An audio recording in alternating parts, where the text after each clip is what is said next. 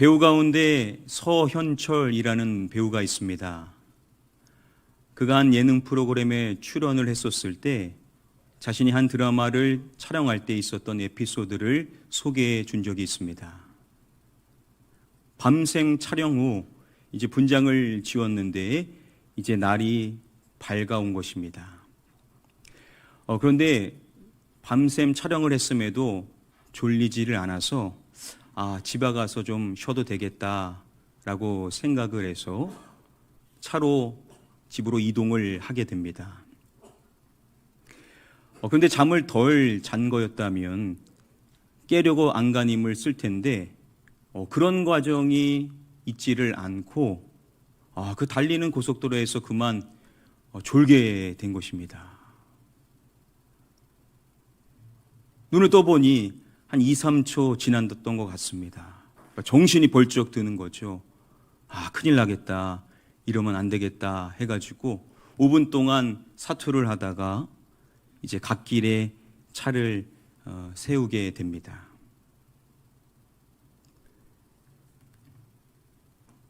햇빛도 좀 피할 겸 큰 트럭 뒤에다가 주차를 하고 이제 잠을 청하려고 하는데요.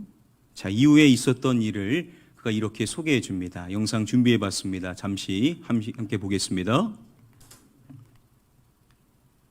1초 만에 딱 잠들었어요.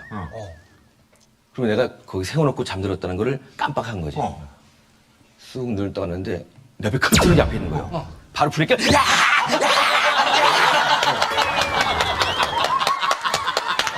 수 있죠. 짧은 사이에 목이 쉬었어요. 너무 소리 질러서. 곧 짧은 사이에. 이미 차는 서 있는데 진짜 계속. 이거 다리는 막 쥐가 날 것 같고 이 심장 뛰는 소리가 제 귀에 들렸어요. 이러다가 내가 현실로 돌아온 거 알았을 때 본인 표정이 어땠어요? 알았어요. 알죠. 근데 알았는데 그 짧은 순간에 여러 가지 생각이 들었어요. 이렇게 죽는구나. 그렇죠. 갑자기 막 몸이 착 풀리면서 감사한 거예요. 막 쉰 목소리로 하나님 감사합니다. 착하게 살려서.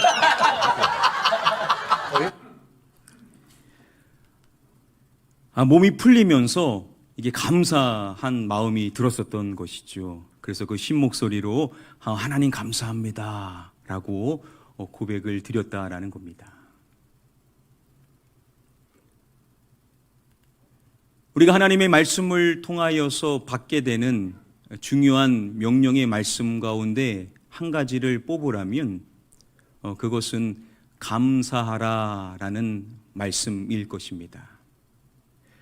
신앙이 없는 분들도 감사하며 살아갑니다. 자, 그런데 왜 그렇게 해야 되냐? 당위성을 생각해 봤었을 때 아무래도 그 당위성이 떨어질 수밖에 없겠죠. 근데 우리 믿음의 사람, 우리 크리스찬에게 있어서는 너무나 분명한 당위성을 갖고 있습니다. 하나님이 그렇게 우리에게 말씀을 하신다라는 것이죠. 그래서 감사해야 된다라는 것에 대하여서 다들 공감하실 것이고 그렇게 살기를 바라실 것입니다. 자, 그래서 감사하는 삶을 살기를 원하고 감사해야 되겠다라는 그러한 다짐들을 하실 텐데요. 자, 그런데 감사할 것이 전혀 있지를 않습니다. 감사한 마음이 전혀 생기지를 않습니다. 그래서 감사하지 않게 될 수 있는데 감사하지 않는 게 뭔가 큰 문제인가? 감사할 게 없으면 감사 안 하고 살게 되는 것이지 우리가 이렇게도 생각을 할 수가 있게 될 것입니다. 여러분들은 어떠신지요? 감사하지 않는 것에 대하여서 어떠한 마음을 갖고 계시는지요?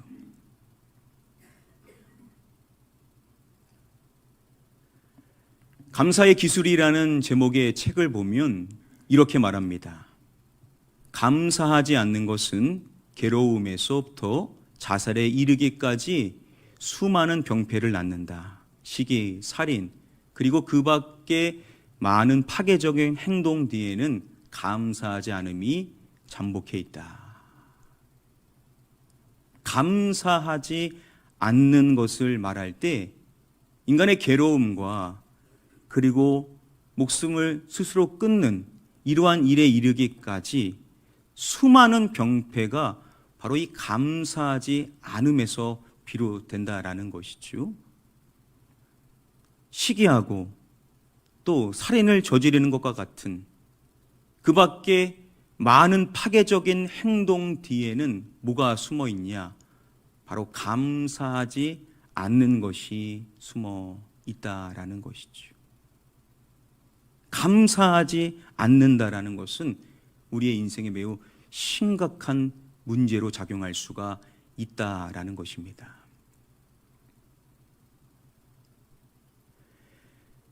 초대 기독교 교부였었던 존 크리스토톰이 이러한 이야기를 했습니다.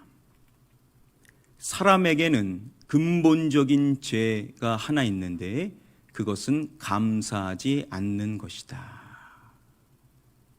감사하지 않는 것, 바로 근본적인 죄 하나에 해당이 된다는 겁니다. 감사하지 않는 게 뭐가 큰 문제냐? 그렇지 않다라는 거죠. 감사하지 않는다라는 것은 이것은 하나님의 뜻에 벗어나는 죄에 해당이 되는 것이고 그냥 죄가 아니라 이것은 근본적인 죄에 해당이 된다라는 겁니다. 자, 그렇기 때문에 저와 여러분들은 뭐 감사하지 않을 수도 있지 이렇게 생각을 해서는 안 된다라는 것이죠. 감사하지 않는 삶을 우리는 사는 모습이 우리의 모습에서 꼭 바뀌어서 어떻게든 우리는 감사하며 살아가는 삶을 사는 자가 되어야만 될 줄 믿습니다. 오늘 우리가 맥주감사주의를 맞이하게 됩니다. 반년의 시간을 우리가 보냈습니다. 우리가 그 반년의 시간을 어떻게 보냈든지 중요한 것은 오늘 이후부터 어떻게든 우리가 감사해야 되겠다. 하나님 감사하며 살겠습니다. 이러한 다짐을 우리가 꼭 해야만 할 것인데요. 자, 그런데 단순히 감사할 것이 없는 상황이 아니라 지금 내가 주어져 있는 현실이 그냥 절망 자체입니다. 칠흑 같은 어둠과도 같습니다. 이러한 절망과 고통 속에 있는데 이러한 상황 속에서도 감사할 수 있는가? 아니, 제 삶을 아신다면 감사하라고 결코 말씀하실 수가 없을 겁니다. 이렇게 반응하실 수 있으신 분들도 계실 것입니다. 자, 지금 내 삶이 절망인데 과연 그 속에서도 감사할 수 있는가?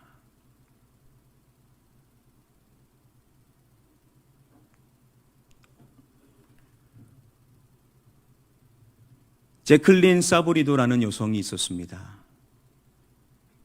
베네수엘라에서 대학을 다니던 그녀가 영어를 배우기 위해서 20살 때 미국으로 유학을 가게 됩니다. 유학을 간 지 채 한 달이 되지 않는 어느 날 친구의 생일 파티에 참석을 한 뒤 다른 친구의 차를 타고 집으로 가던 중 술에 취한 운전자가 몰던 트럭과 충돌 사고가 발생하게 됩니다. 안타깝게도 친구 중에 2명이 그 자리에서 목숨을 잃게 됩니다. 그리고 조수석에 탔던 그녀는 화염에 휩싸인 차량에서 빠져나오지 못해 얼굴을 비롯한 신체 60% 이상의 끔찍한 화상을 입게 되었습니다.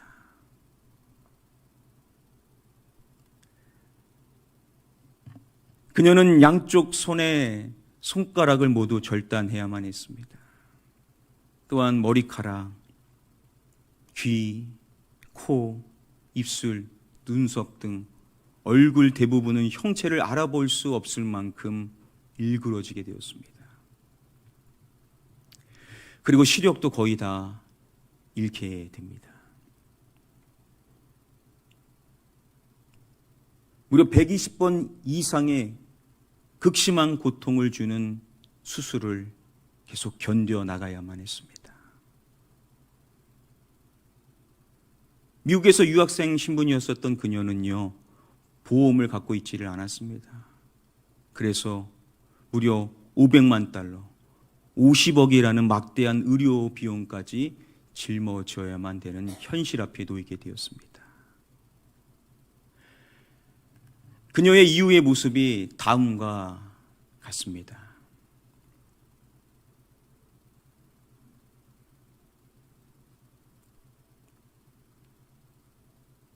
과거의 그녀의 모습은 전혀 찾아볼 수가 없었습니다.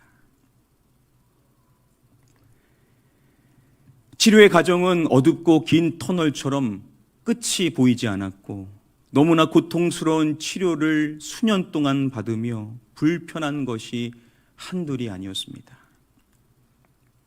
손가락이 없는 손은 글을 쓸 수도 밥을 먹을 수도 얼굴을 씻을 수도 없었고 머리카락 없는 머리는 괴물처럼 보였으며 비가 오면 눈썹 없는 눈에는 빗물이 그대로 흘러들어갔고 조금밖에 남지 않은 귓바퀴는 머리를 감겨줄 때마다 귀 속으로 들어오는 물을 전혀 막지를 못했습니다. 여러분, 그녀의 이 이야기가 남의 이야기가 아니라 나의 이야기라고 한번 생각을 해보시기를 바랍니다. 이런 절망 속에 놓여 있는데 과연 그 속에서도 감사를 할 수가 있겠는가? 그런 절망의 어둠 속에 갇혀 있는데 그 속에서 과연 나는 무슨 감사를 드릴 수가 있는가?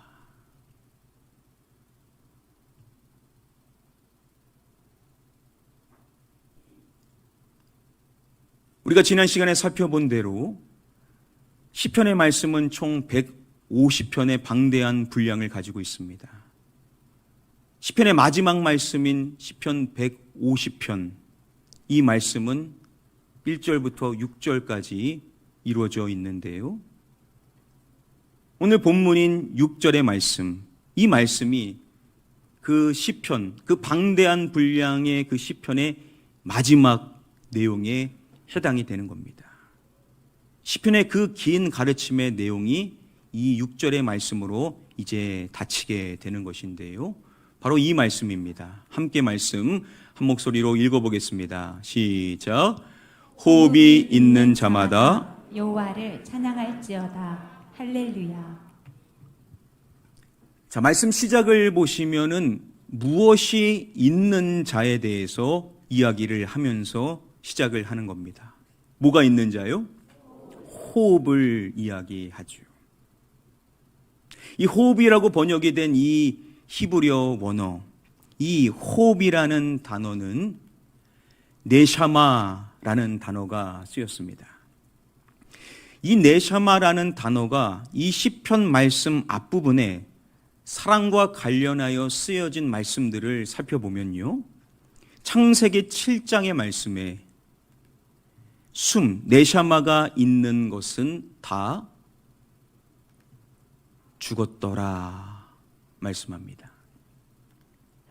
신명기 20장 말씀에 호흡, 네샤마 있는 자를 하나도 살리지 말지니. 여호수아 10장의 말씀입니다. 호흡, 네샤마 있는 모든 자는 다 진멸하여. 열왕기상 15장의 말씀입니다. 생명, 네샤마 있는 자를 다 멸하였는데. 열왕기상 17장 말씀입니다. 네샤마가 끊어진지라. 구약의 이 시편 앞부분의 말씀에서 이 네샤마라는 단어가 사람에게 쓰였었을 때 무엇과 연관해서 쓰이냐면 바로 죽음과 연관하여 쓰였다라는 공통점을 찾아볼 수가 있었습니다. 즉 호흡이 없는 것, 호흡이 끊어지는 것과 연관하여 이 네샤마가 계속 쓰였다라는 것이죠. 자, 그런데 지금 이 말씀에서는 네샤마, 호흡을 말할 때 호흡이 무엇한 자라고 말합니까? 호흡이 있는 자라고 말하죠. 호흡이 있는 사람에 대하여서 이야기를 하고 있습니다. 자, 이 호흡이 있는 자, 네샤마를 이야기할 때 우리가 먼저 전제해야 될 것이 뭐냐? 호흡이 없는, 즉 생명이 없는 죽은 사람들에 대하여서 먼저 우리가 고려해야 된다는 거 아니겠습니까? 오늘 말씀은 호흡이 없는 죽은 자가 아니라 호흡이 있는, 생명이 있는, 살아있는 사람들에 대하여서 이야기를 하고 있다라는 것입니다.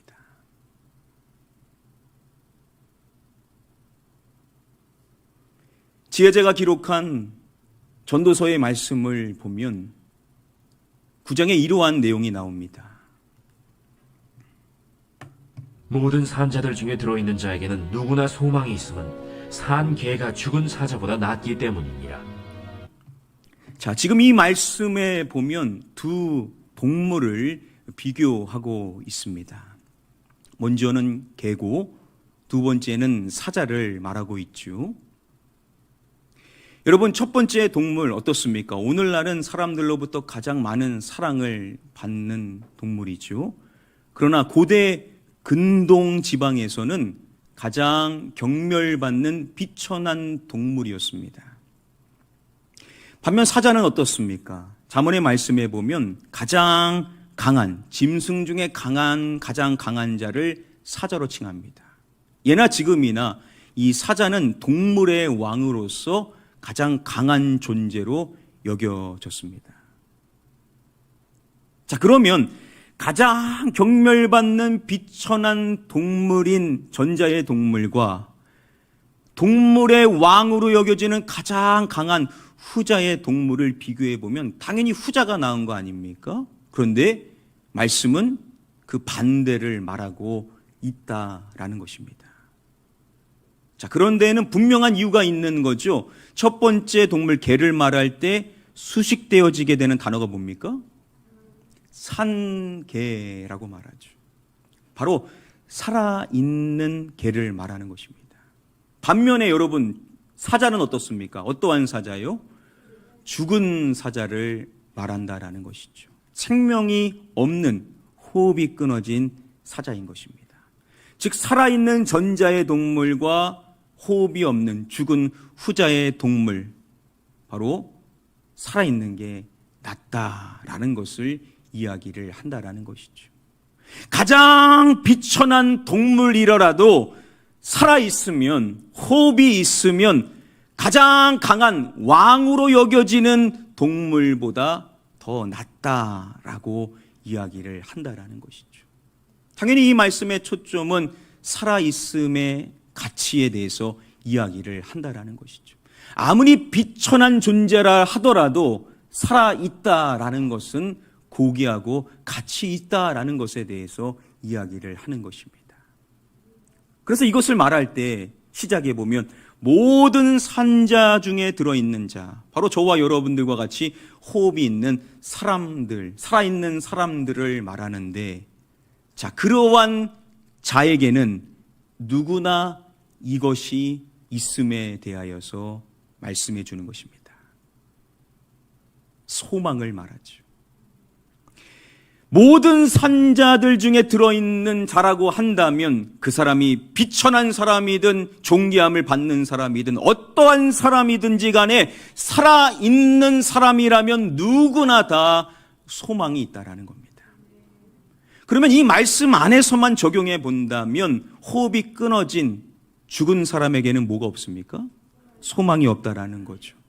그러나 살아있는 사람이라면 그 사람이 어떠한 사람이든지 그 사람에게는 뭐가 있습니까? 소망이 있다라는 것이죠. 이 말씀은 바로 살아있음의 가치에 대해서 이야기를 하는 것입니다.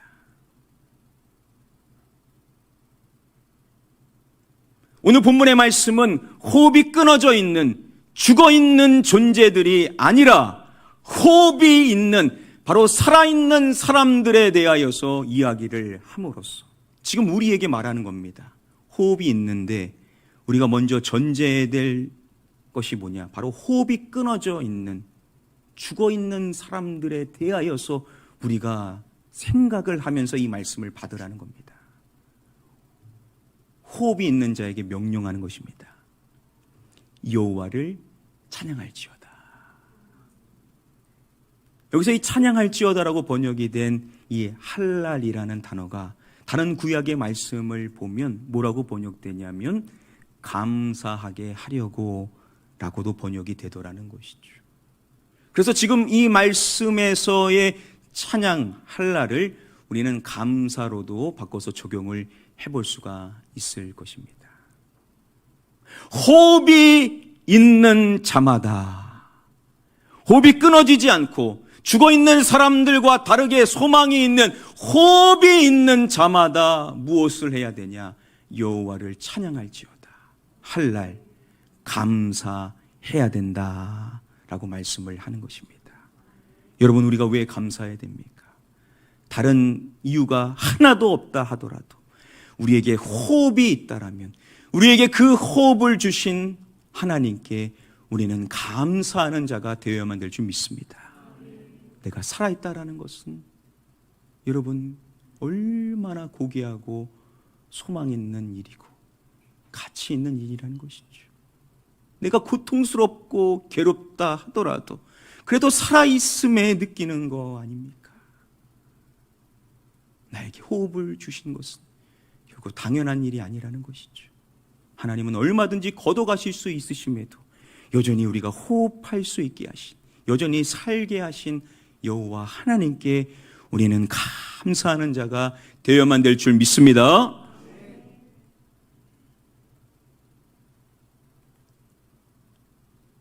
다시금 제클린 사브리도의 이야기로 돌아가기를 원합니다.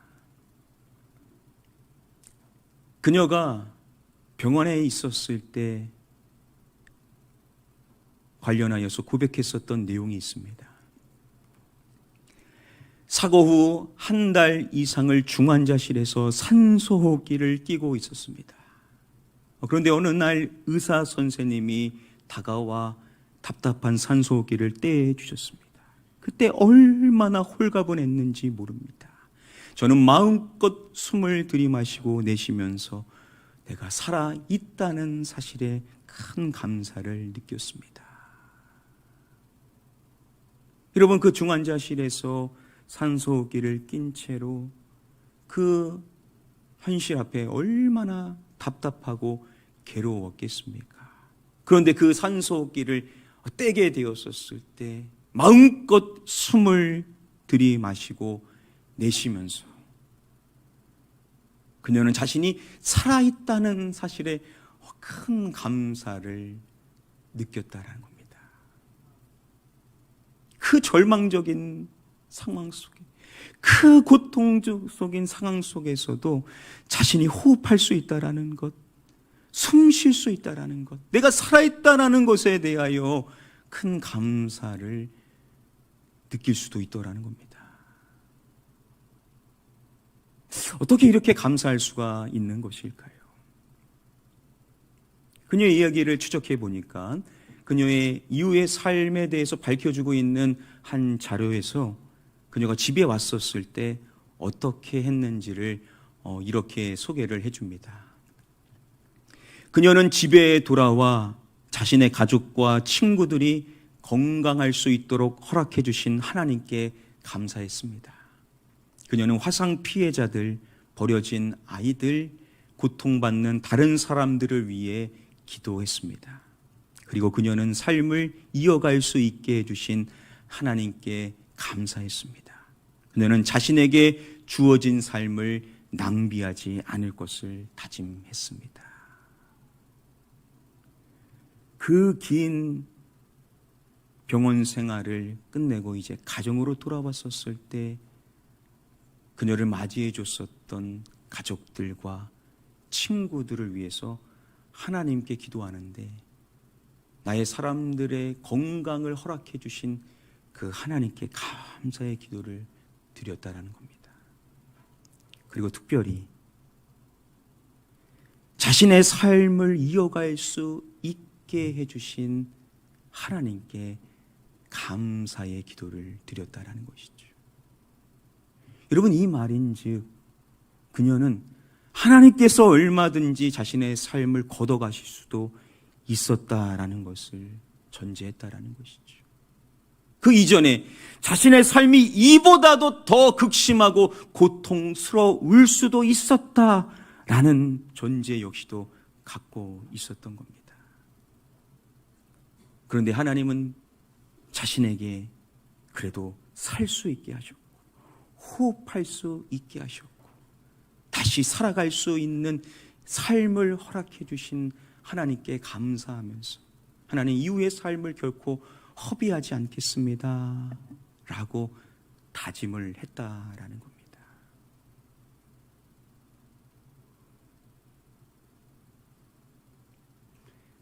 감사에 관련된 책들을 보면요, 감사의 어원을 설명해 줄 때 이런 식으로 설명을 하곤 합니다. Thank, 감사한다, 감사하다라는 것은 어디에서 비롯된 거냐? Think, 바로 생각하다. 생각하다에서 감사하다가 나오게 되는 것이다 라고들 설명을 하곤 합니다. 그래서 감사는 어디에서 비롯되냐? 바로 생각으로부터 비롯된다라고 이야기를 합니다. 맨 처음에 이야기로 돌아가 보죠. 배우 서윤철 씨가 밤샘 촬영을 하고 피곤했겠지만 그래도 운전할 수 있다라고 운전을 하다가 졸음운전을 하고 이래서 안 되겠다 해서 큰 트럭 뒤에다가 햇빛도 피할 겸 잠시 갓길에 주차를 하고 바로 잠들었다라고 했었죠. 근데 자신이 거기다 잠깐 차를 세워놨다라는 것을 깜빡했던 겁니다. 그래서 눈 떠봤는데 이 큰 트럭이 있는 것을 보고 지금 자신이 운전하는지 착각했다 보니까 있는 힘을 다하여서 브레이크를 밟고 막 소리를 고래고래 질렀었던 것입니다. 사고 나는 상황도 아니고 운전하고 있는 상황도 아니었던 겁니다. 자, 자신이 현실을 다시 이제 깨닫게 되었었을 때 여러 가지 생각들이 오가더라는 겁니다. 그 가운데 한 가지가 뭐냐? 이렇게 죽는구나. 이렇게 죽을 수도 있겠구나. 내가 지금 이 자리에 없을 수도 있겠구나. 이러한 생각이 들다 보니까 자연스럽게 어떠한 감정이 생기고 마음이 생기냐? 감사한 마음이 생기게 되더라는 것이죠. 그래서 그 자리에서 그 신 목소리로 하나님 감사합니다 라고 고백을 절로 하게 되더라는 것입니다. 사고가 난 겁니까? 운전을 하고 있었습니까? 다 아니었었습니다. 뭐든지는 생각하기 나름이라는 겁니다. 사고가 났다라고 생각할 수도 있고 내가 운전을 하고 있다가 졸고 있는 상황이라고도 생각을 할 수가 있다는 거죠. 그랬었을 때 내가 무슨 상황이 닥치게 될 것인지를 얼마든지 사람은 생각할 수가 있게 된다는 겁니다. 여러분, 감사는 생각에서 비롯된다는 겁니다. 내가 지금 살아있다라는 거, 내가 지금 호흡하고 있다라는 거, 이건 결코 당연한 것이 아니라는 겁니다. 여러분, 어떻게 지금 살고 계십니까? 어떻게 호흡하고 계시고 어떻게 지금 이 자리에 나오셨습니까?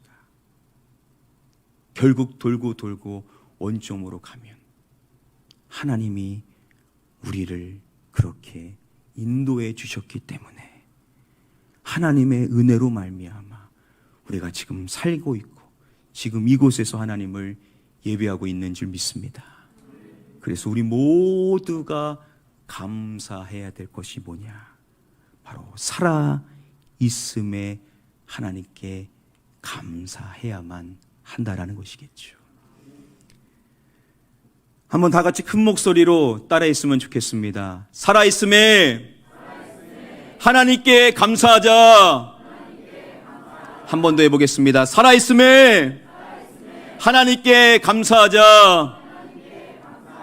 그렇습니다, 여러분. 감사할 것이 하나도 없다 하더라도, 내 삶이 지금 절망이고 어둠이고 고통이라 하더라도 그래도 우리가 감사할 수 있는 건 내가 지금 호흡할 수 있기, 내가 살아 있기에 이것이 하나님의 은혜이기에 우리는 우리에게 이 호흡을 주신, 우리의 삶을 이어갈 수 있게 해주신 하나님께 감사하는 삶을 살아갈 수 있는 줄 믿습니다. 선택은 여러분들의 몫입니다. 어떠한 선택을 하시겠습니까? 계속 원망하고 좌절하며 누군가를 미워하며 계속해서 그 현실 속에서 사시겠습니까? 아니면 남은 반년의 시간은 내가 이렇게 살지 않겠다. 생각을 바꾸겠다. 더 안 좋을 수도 있었는데, 내가 호흡이 끊어질 수도 있었는데, 만일 내가 없다면 어떻게 되었겠는가 생각하며 살아 있음에 감사하겠다 라고 이렇게 결단을 하시겠습니까?